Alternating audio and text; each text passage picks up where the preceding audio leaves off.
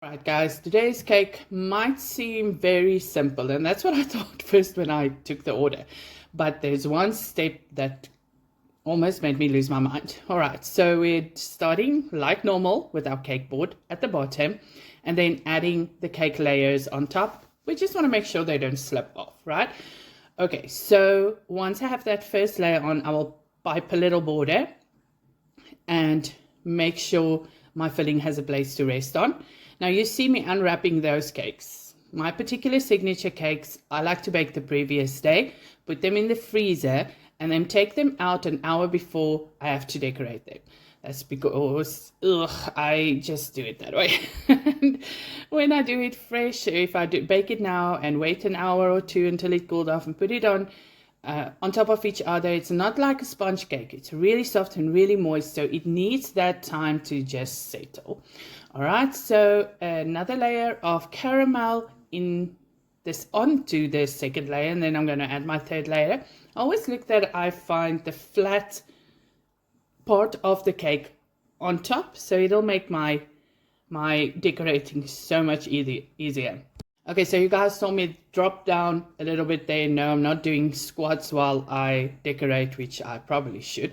But that's just getting eye level with your cake helps so much for making sure that cake is really structured right. Now that's ironic to say, because then at some point I looked at this cake and I realized, oh shit, this cake is so crooked. And I had to press it a little bit to the side. So I have so many videos where people see something that makes it look like the cake is crooked or the cake is actual crooked, and they would go ballistic in the comments about how it is so wrong. And I just couldn't care less, because you know what, as a self-taught baker, this stuff happen. I am not a trained pastry chef, and I am happy with the way I make cakes. I try my absolute best to do it, and if it doesn't sit with you, please feel free to scroll on. All right, so you also saw me add in towels or bubble tea straws in my cake. Yes, I actually leave those inside. But if you do bake for people, just remember to give them a little heads up to remind them that the towels are inside. If you live in South Africa, you know the roads are terrible. They're not all ground, but they just as well could be. So you want to make sure that cake is right and stable to handle these rows that we are on. Right now I have took my cake to the freezer and put it there until it is really hard, and that's exactly what we want, because now I can add my cake disc on top. Those stuff are freaking amazing. They make me make sure that I have an even layer of frosting at the sides of my cake, and also help me get that sharp finish on top, right? So putting the cake disc on the top there, making sure all of the sides are equal, and then I just go around with a really hot spatula and smooth that cake out. Always make sure that you have more frosting around the cake than needed, because now I'm taking my cake scraper and I'm just going to twirl and twirl until I have even frosting around the cake. Then you might want to take that spatula again, drop it in the hot or boiling water, and go around to smooth it out. It's just a little trick, and it helps me get that smooth finish every freaking time. Now, once again, my cake is going back to the freezer for it to set up. And when we come back, I am going to take this cake disc off, and we're going to fill up that top. Now, yeah, from this angle, it does look a little crooked, but it's because the cake is not in the middle of my turntable. And somehow Cobus always reminds me of that, yet I never do it. So it has gotten cold again. I took it out, and now I'm going to you can take a paring knife, or I like to take my long spatula, making sure I turn and not pull that cake disc off. So you want to go slow, and then fill the top of the cake up, with some frosting and smooth it out. I'm using my little spatula for this, and I'm going over the sides. Yes, I'm going over the sides so I can make sure I have frosting everywhere. Now, because my cake is really hard on the side, it's easy for me to get that sharp finish I want.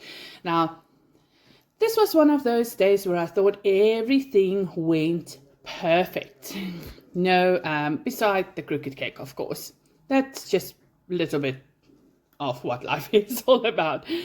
So I have a way of just making a little swirl on top of my cake. And yes, I know the lighting sucks. I realized that after editing this cake. So once you see me do decorating videos now, the back will be closed off, so you can actually see what I'm doing. So this cake needed half a sugar paper, and I have to be honest, I'm a little disappointed that I didn't go further with it somehow. Maybe made 2 sheets, but it came out pretty, I think, in the end. So you press this on slowly and just make sure to get rid of all those air bubbles, right? Softly press to the cake and then just cut off the excess. If you're doing a full wrap, you will probably just cut the top parts and press it down on the cake and do a little icing border around that. Okay, so now that I am happy with that, I have to say that the next part just got me. I did not know that it was going to take this long. Of course, I have my custom toppers. I love making wooden custom toppers for clients and making sure each one of them have their own little personal touch to it. If they add a name, so much better. For this one, I made a topper that said Happy Birthday Queen. And we did her name in front, and I just did some fondant pressed out letters the previous day and made them gold. And now this is the part where I could not decide, even though it's obvious that I should use the gold. For some reason, I thought I could use pearls as well. So I would love to know if you guys would have used pearls on the next part, the pearly edible bits, or there's some kind of name for it, but I would love to know. Would you guys have used pearls instead of the gold one that I ended up eventually using? So now at this stage, I am putting the name on. And I realized I had to get down, sit for a second, which freaks people out. I've gotten quite a few comments from people when I'm sitting working on a cake. They will say, I'm so unprofessional and I'm so lazy. But you know what? Yeah, I want to say screw you, because for me to get that even and layered and making sure it is right, I just sat down. I'm sorry if you don't like that. So I'm still trying to figure out if I'm supposed to use the gold or the pearl here. And to be honest with you, I'm still wondering which one would have looked better. All right, so I went back and forth, trying to figure this out. And if you thought that was bad, start putting those stuff one by one. No, I did not went with the pearl. I eventually did use the gold one. Now, putting those little balls one by one took freaking ages. And I promise you, it took me longer to put those balls one by one on the cake than it took me to frost the whole freaking thing. And they kept falling, and at some point I sat down. I wanted them to be even in a layer, but with the time I had left, because it took so long to get them on the cake, I was quite disappointed in myself for this. But slowly but surely, I got them on. That is pretty much it for the cake. And even though this cake had a cake topper and those sphere ball, big balls, decorative balls, and the small ones, and the edible paper sheet, it did take me a long time to put those on. And as you can see, I didn't really make this part so much faster, because I wanted you to see how long it took. And it always gets me that people don't realize the time and effort that goes into the cakes. They go and comment something like, I could buy this at the supermarket for a quarter of the price, or I could bake this. And at that point, I just feel like, please do, because this is made single batch, one step at a time by my own hands. I don't bulk do this. I make a unique cake for everyone. I'm still frustrated in this video. Can you guys see that? It really takes a long time. And I think people don't realize what time, effort, and patience it sometimes takes to do their cakes. At the end, I love the feeling of giving it, but yeah, it takes a lot of time. And yes, I am freaking boring you, but I needed to show how long something like this takes. I needed to make a point at some stage that this really takes effort and time. So to the bakers out there, please don't be afraid to ask your prices. If your cakes are quality, you can do that.